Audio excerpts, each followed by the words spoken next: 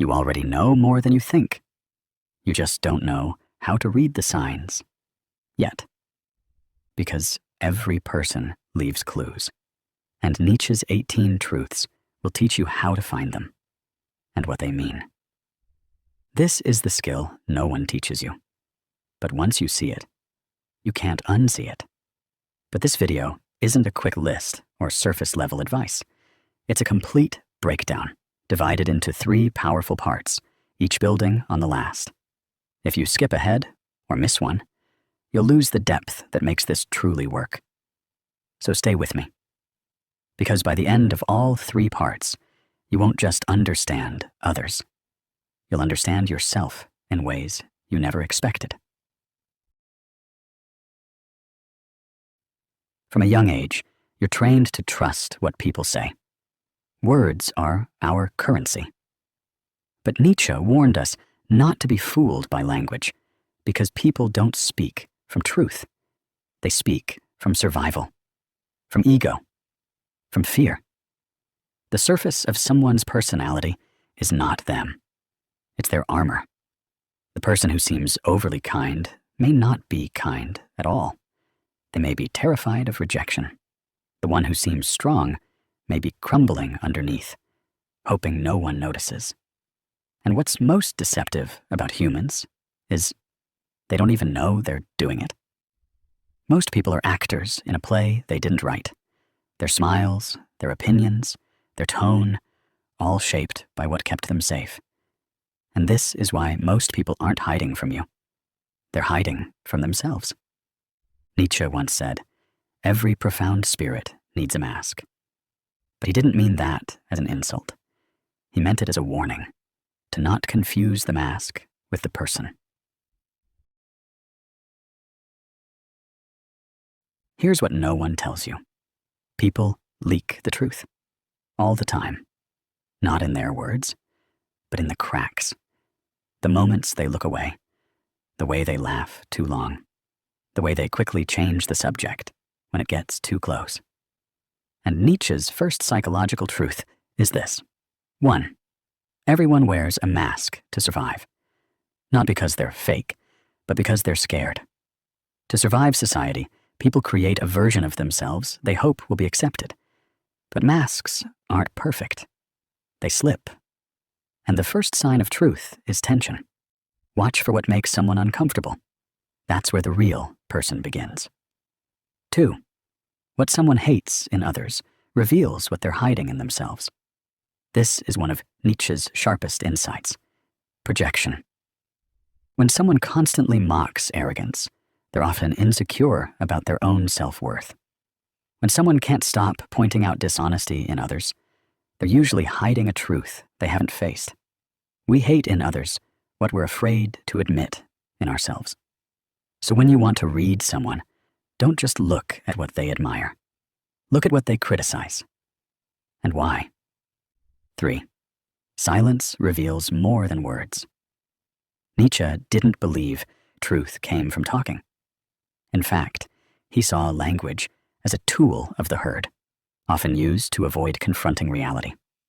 When someone pauses before answering, when they dodge certain topics, when they give short, rehearsed replies to deep questions, that silence is louder than speech.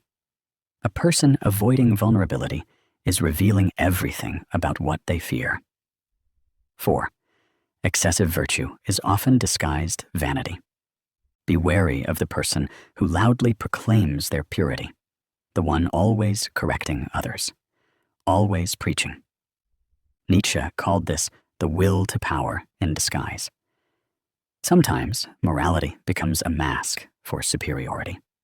The louder the virtue signal, the more likely there's something being hidden behind it. Real goodness doesn't need applause. 5. People don't lie to you first. They lie to themselves. This one changes everything. The lies you hear from people, "I'm fine, I'm over it, I don't care," aren't lies to hurt you. They're lies they've rehearsed so often, they believe them. Nietzsche understood self-deception not as evil, but as defense, a way to keep functioning in a painful world. So when someone's story doesn't quite add up, don't assume they're trying to deceive you. Realize they've been doing it to themselves far longer. And that's what makes reading them possible. Because the inconsistencies reveal the truth. 6.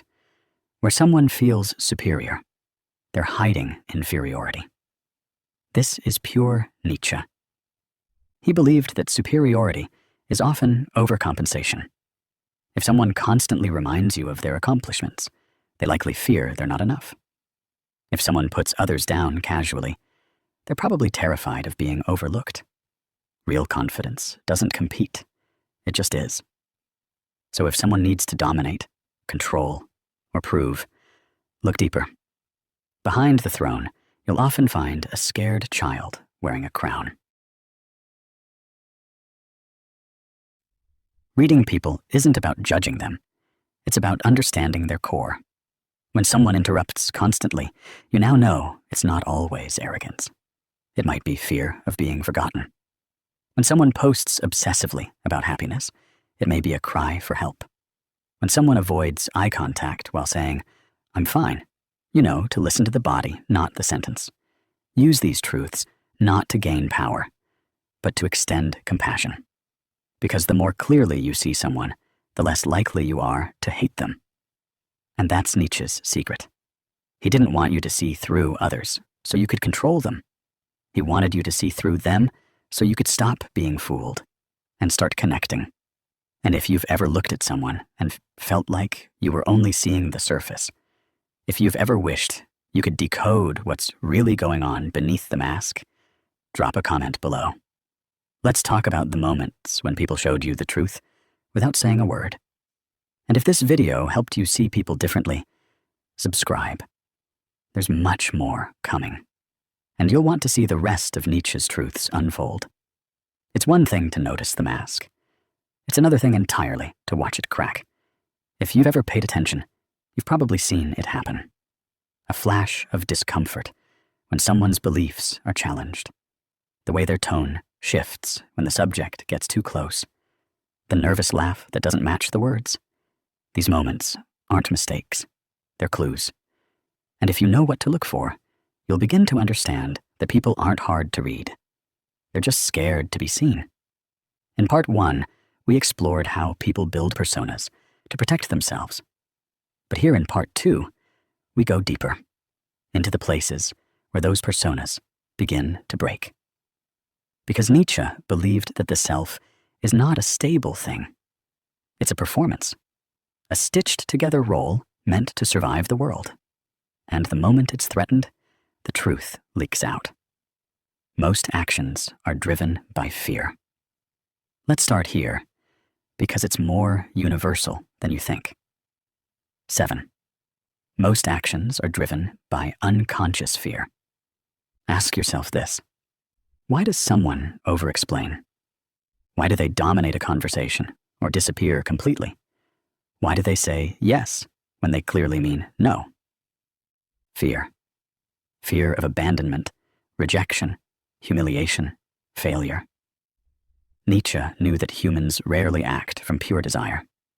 They act from a deep fear of loss, of status, of love, of self-worth. So when you want to read someone, stop focusing on what they say they want. Instead, ask, what are they afraid of losing? That's where the truth lives. Criticism is a mirror. Next time someone constantly critiques others, listen closely. 8. When someone criticizes too much, it's projection. The man who mocks emotional people might be terrified of his own feelings. The woman who belittles others for their appearance might be locked in a secret war with her reflection. Nietzsche said that judgment is almost never about the other. It's about the self. So when you hear repeated criticisms, don't be distracted by the target. Instead, trace the line back to the speaker. What part of them are they trying to disown? Projection isn't just a defense mechanism. It's a confession. If you listen right, it tells you exactly where someone's pain lives. Confidence is often guilt in costume. There's a kind of person you've probably met, the one who seems overly sure of themselves, always in control, always composed. But watch long enough, and you'll see the tension in their jaw, the way they over-prepare, the defensiveness under pressure. 9. Guilt hides behind false confidence. Nietzsche observed this phenomenon in leaders, teachers, preachers, those who perform certainty because they're scared of being seen. When someone is chronically confident, look for the guilt they're trying to bury. Maybe it's something they regret. Maybe it's a version of themselves they're trying to prove wrong.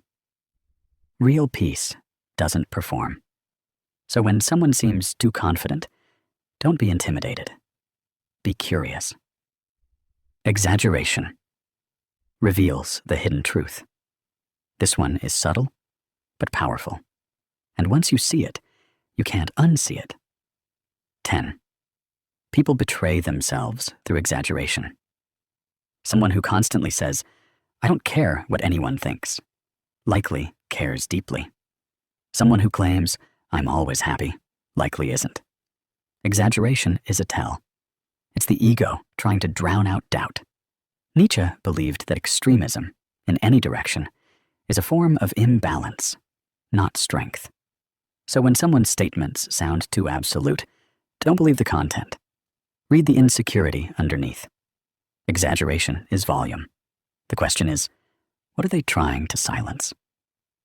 The desire for control masks inner chaos. Control. We seek it everywhere, in our jobs, our relationships, our routines. But some people crave it to the point of obsession, and that's a sign. 11. Those who seek control often fear inner chaos. Nietzsche saw this clearly. When the inner world is disordered, the outer world must be managed obsessively. If someone micromanages every detail, if they can't handle change, if they dominate people to feel powerful, it's not because they're strong. It's because something inside them feels out of control. So instead of fearing the controlling person, see them for what they are. Someone terrified that the moment they let go, it will all fall apart.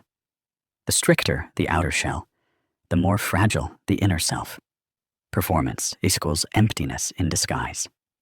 This is one of Nietzsche's most haunting insights, and it applies more today than ever. 12. The louder the performance, the emptier the core. Look at social media. The endless look at me energy. The perfect poses, the constant updates, the curated identity.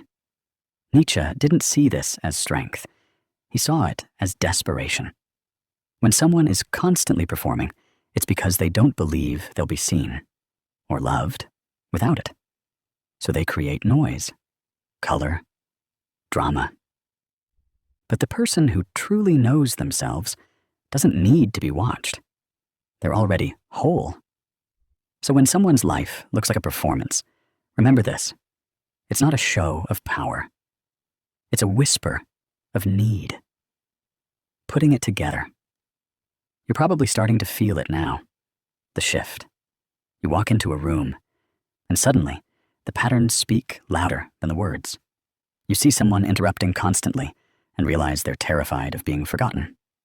You see someone who boasts endlessly and sense their invisible wound. You're not reading minds. You're reading the mask. And Nietzsche gave you the flashlight. This isn't just a skill. It's a responsibility. Because once you learn to see people clearly, you can't unsee it. And you'll begin to understand that most people are suffering quietly behind polished smiles. Reading them is not about gaining leverage. It's about offering grace. When you see the child behind the critic, the fear behind the bully, the guilt behind the arrogance, you don't become weaker. You become unshakable. Want more? If this part of the video opened your eyes, wait until the final part. Because in part 3, we strip away the final layer. We'll explore how people's deepest childhood wounds show up in their adult personalities, how their envy, their silence, their need to be remembered, all reveal their soul. You'll learn the final 6 truths that make you see people with absolute clarity. But more importantly, you'll understand yourself. By now, something in you has shifted. You don't just see people, you read them, not as villains, not as victims, but as humans trying to survive with masks they didn't even choose. But we're not done yet, because behind every behavior is a belief, and behind every belief is a wound. This final part is about learning to recognize the soul, the deep story that hides underneath the surface of everyone you meet. Nietzsche didn't just expose people's patterns, he illuminated where those patterns come from. Let's finish what we started. 13. No one speaks from logic. They speak from pain. You might think that people are rational, that they argue based on facts, make decisions based on reason. But Nietzsche believed otherwise. He believed that underneath every logical argument is an emotional wound. A person might say, I don't believe in love, it's just a fantasy. But listen closely. They're not stating a fact. They're protecting a pain. People form their views based on what hurt them, then justify those views with logic. So when you want to understand someone's worldview, don't just ask what they believe. Ask what broke them. Ask what scared them. Ask what they never want to feel again. This changes everything. It shifts your focus from, why are they saying this, to, what are they afraid of repeating? And suddenly, their opinions aren't threats. They're defenses. Their arguments aren't attacks. They're shields. And when you see that, you stop reacting. You start understanding. 14. How someone reacts to weakness reveals their power. Want to truly see someone's character? Don't watch how they treat powerful people. Watch how they treat someone who can't fight back. Nietzsche believed that real strength isn't proven through domination. It's revealed through restraint. If someone mocks vulnerability, they're afraid of their own. If someone punishes mistakes, they likely weren't allowed to make any. If someone always wins but leaves others bleeding, they're still at war with themselves. But the person who can witness weakness without judgment, who can sit with sadness without running away, who can forgive what they could have punished, that's someone who is no longer ruled by the past. They don't need to prove anything, because they've already won the inner war. So if you want to read someone, give them a moment where compassion is an option. What they do in that moment will show you who they are, not just who they pretend to be. 15. When someone fears being forgotten, they chase attention. Ever met someone who always needs to be seen? Every room they enter, every story they tell, every outfit they wear, screams, "Notice me." At first glance, it looks like confidence, but Nietzsche saw through it. He believed that the hunger for attention often comes from a deeper fear, the fear of being invisible, of being erased, of living and dying without leaving a mark. So people create noise, not because they love it, but because they can't bear the silence. The child who was ignored becomes the adult who overcompensates. And instead of asking for love directly, they demand it indirectly, through performance, drama, or chaos. So when you see someone who's too much, don't be quick to judge. Ask what they're afraid will happen if they're not enough. Because sometimes attention isn't vanity. It's a cry. 16. The person they attack is often the person they envy. One of Nietzsche's boldest truths, and one of the hardest to admit, is this. People don't always attack because they hate. They often attack because they admire, but feel they can never be. Criticism is easier than admiration. So the person who tears down someone successful, who mocks someone confident, who gossips about someone free, isn't just mean. They're in pain. Because to see someone embody a part of you that you've abandoned is to be reminded of what you've lost. So instead of celebrating the other, we destroy them. But envy is just unspoken desire. It's the soul saying, I want that too, but I don't believe I'm allowed. If you can see this in others, you become immune to petty hate. If you can see this in yourself, you become free. 17. People act out their childhood, not their beliefs. You've heard it said, people don't change. But Nietzsche would say, people repeat. They repeat the roles they were forced to play, the fears they were taught to carry, the dynamics they never escaped. A person who is never heard becomes someone who never listens. A person who is punished for expressing emotions becomes cold, logical, detached. A person who had to earn love becomes someone who performs for affection, even when it's toxic. They think they're acting from beliefs, but really, they're just reenacting the past. So if you want to read someone, don't just look at who they are. Ask who they had to be. Because behavior is just biography. And behind every adult is a child still waiting to feel safe. 18. Their patterns are a confession, if you know how to listen. This is the final truth, and it changes everything. People don't always know how to express what hurts, but they will show you, again and again, through patterns. A person who ghosts when things get close. A person who overworks to avoid stillness. A person who flirts with everyone, but connects with no one. These aren't random behaviors. They're confessions. They're saying, this is how I protect myself. They're saying, this is where I was hurt. They're saying, this is what I fear repeating. Nietzsche believed that if you learn to listen deeply, not to words, but to patterns, you can hear the truth before it's spoken.